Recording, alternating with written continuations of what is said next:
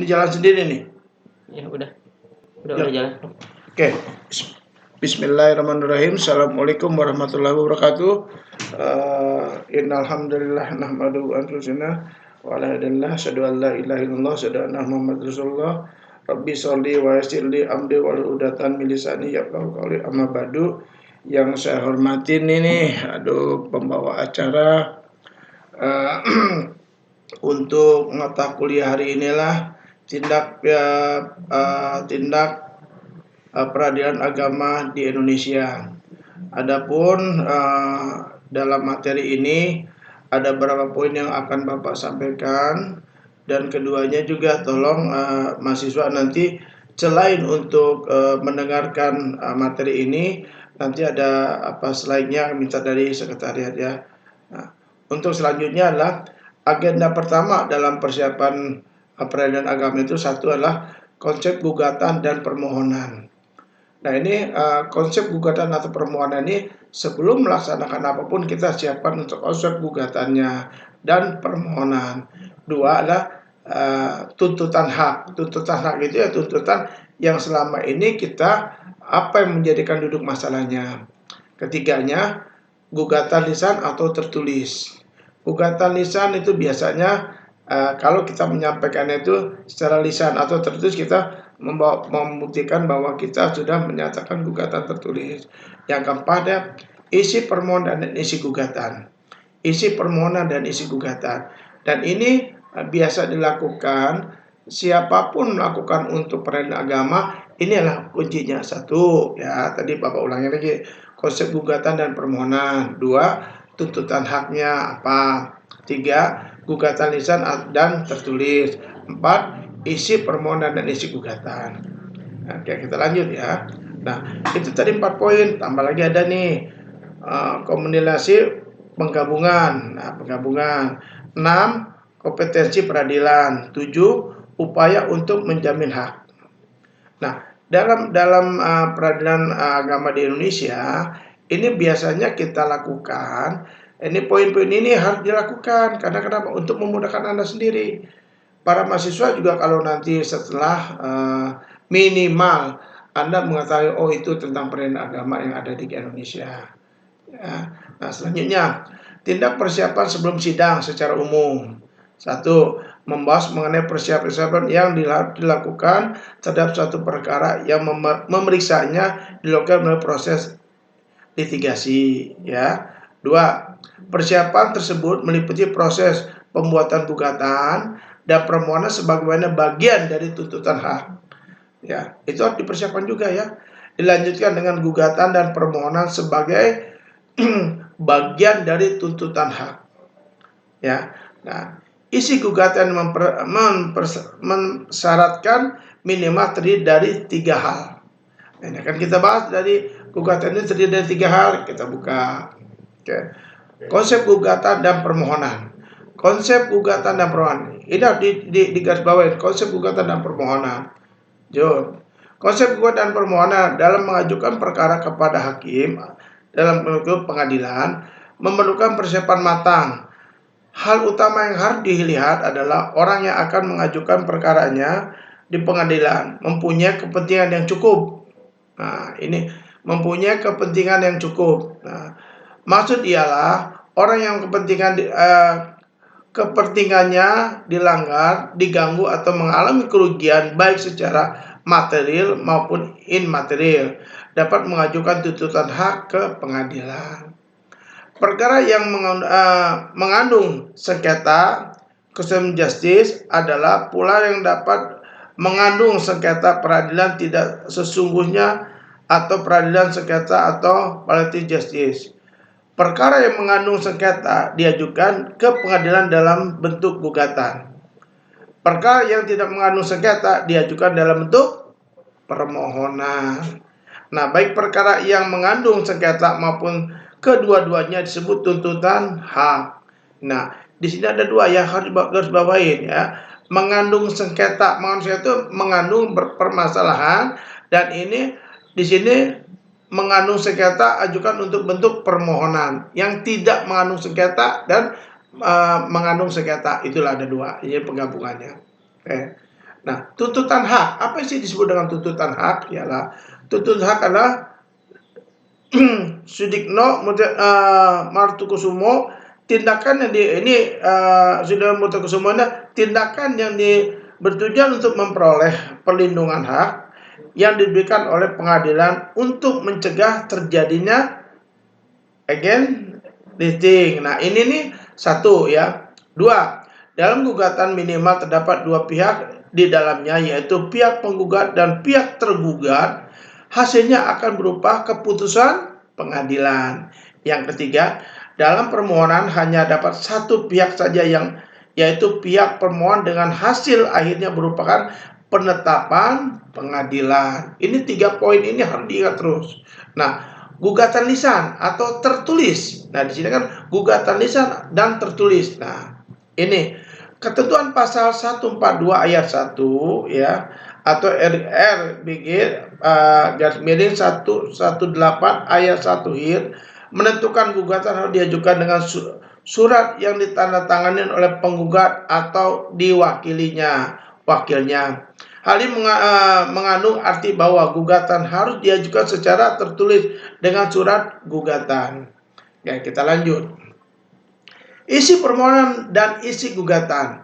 Isi permohonan dan isi gugatan. Nah, ini yang tidak kalah pentingnya. Isi permohonan apa dan isi gugatan kita buka. Ya. Tidak dalam daftar hir maupun RBG. Nah, pasal 8 nomor 3 RP menentukan sedikitnya memuat 3 hal. 1. Identitas para pihak. 2. Dalil-dalil tentang adanya hubungan hukum yang merupakan dasar serta alasan dari pihak tuntutan atau fundamentum petendi atau posita atau dalam dasar tuntutan atau posita atau dalam tuntutan. Ini tuntutan atau palitum inilah suatu yang harus dituntut dalam. Nah, ini kita buka lagi tuntutannya. Ke komunikasi atau penggabungan. Komunikasi dan penggabungan ini, nah, contohnya gini. Komunikasi tidak ada dalam HIS atau maupun RGB. Namun dalam prakteknya bisa dilakukan karena komunikasi dapat menghemat baik waktu maupun biaya. Komunikasi subjektifnya atau komunikasi objektif. Nah, ini ada dua, komunikasi subjektif atau komunikasi objektif. Dalam suatu perkara yang mengandung sengketa, tidak jarang menggugatnya terdiri dari berbagai orang melawan satu orang tergugat, dan beberapa orang penggugat melawan beberapa tergugat. Itu terbiasa. Dalam prinsip antara penggugat ataupun para tergugat dapat saja digabungkan karena memang tidak ada larangan atau hal ini dalam pasal 284 KUHP Perdata. Ini disebutkan dalam komunikasi subjektif. Komunikasi objektif ialah merupakan penggabungan dari beberapa tuntutan dalam suatu surat gugatan. Pada prinsipnya tidak dilarang atau tidak dipersyaratkan adanya konseksitas antara tuntutan yang satu dengan tuntutan yang lain. Nah, dalam peradilan agama Islam ini, dalam peradilan agama, kita biasa inilah teori semua. Dalam pelaksanaannya nanti Anda bisa mempelajari kalau Anda ingin meneruskan Anda sebagai seorang pengacara atau mungkin yang lainnya, Anda menjadi seorang LBH, Anda bisa belajar secara monoton. Ini kan konsepnya konsep materi untuk akademik aja. Oke, kita lanjut ya. Nah, kompetensi peradilan. Nah, baru ini kita bicara kompetensi peradilan. Ini akan kita buka. 1. Kekuasaan relatif. Berkaitan dengan daerah hukum, kekuasaan pengadilan yang satu jenis atau tingkat dalam perbedaannya dengan kekuasaan pengadilan sama jenis dengan tingkat satu tingkatannya. Misalnya pengadilan agama Muara Enim dengan pengadilan agama Batu Raja. Ini karena Bapak orang Sumatera ya. Nah, pada pasal 4 ayat 1 Undang-Undang nomor 7/89 pengadilan agama berkedudukan di Kota Madia atau di kota kabupaten yang di daerah hukumnya meliputi wilayah Kota Madia atau kabupaten.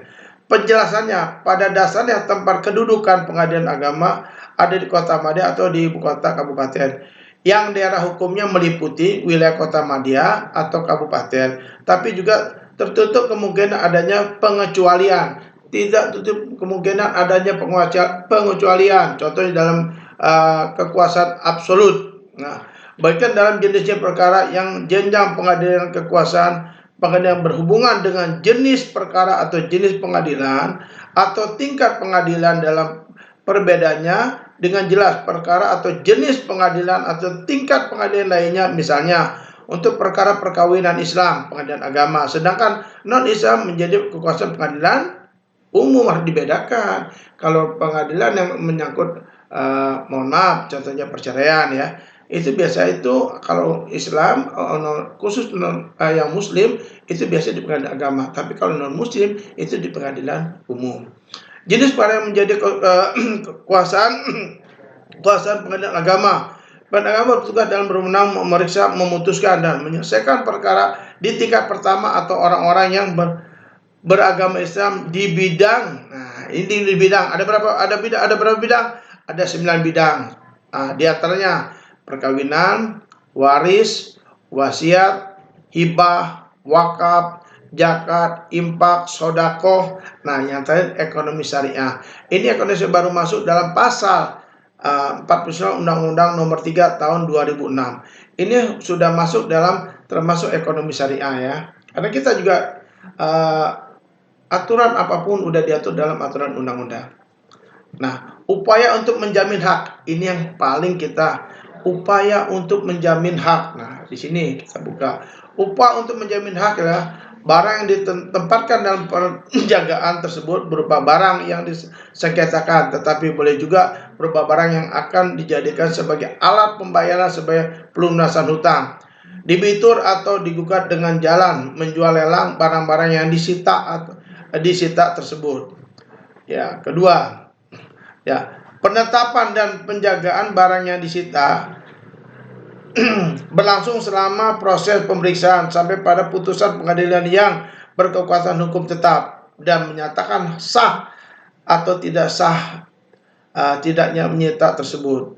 Nah, yang ketiga, tindakan yang menetapkan harta kekayaan tergugat secara paksa berada dalam penjagaan. Yang keempat, tindakan paksa penjagaan itu dilakukan secara resmi berdasarkan perintah pengadilan atau hakim. Nah, itu aja bisa Bapak sampaikan. Kalau mungkin dalam materi ini kita bicara singkat, nanti adik-adik kalau merasa tidak puas, materi bisa di-copy dan kita akan bisa kita pelajari bersama-sama. Terima kasih. Dalam materi pelajaran agama yang pertama, kita mohon maaf ada kata-kata kurang sopan atau kurang berkenan. Bapak akhir dengan wabillahi taufiq walhidayah. Assalamualaikum warahmatullahi wabarakatuh.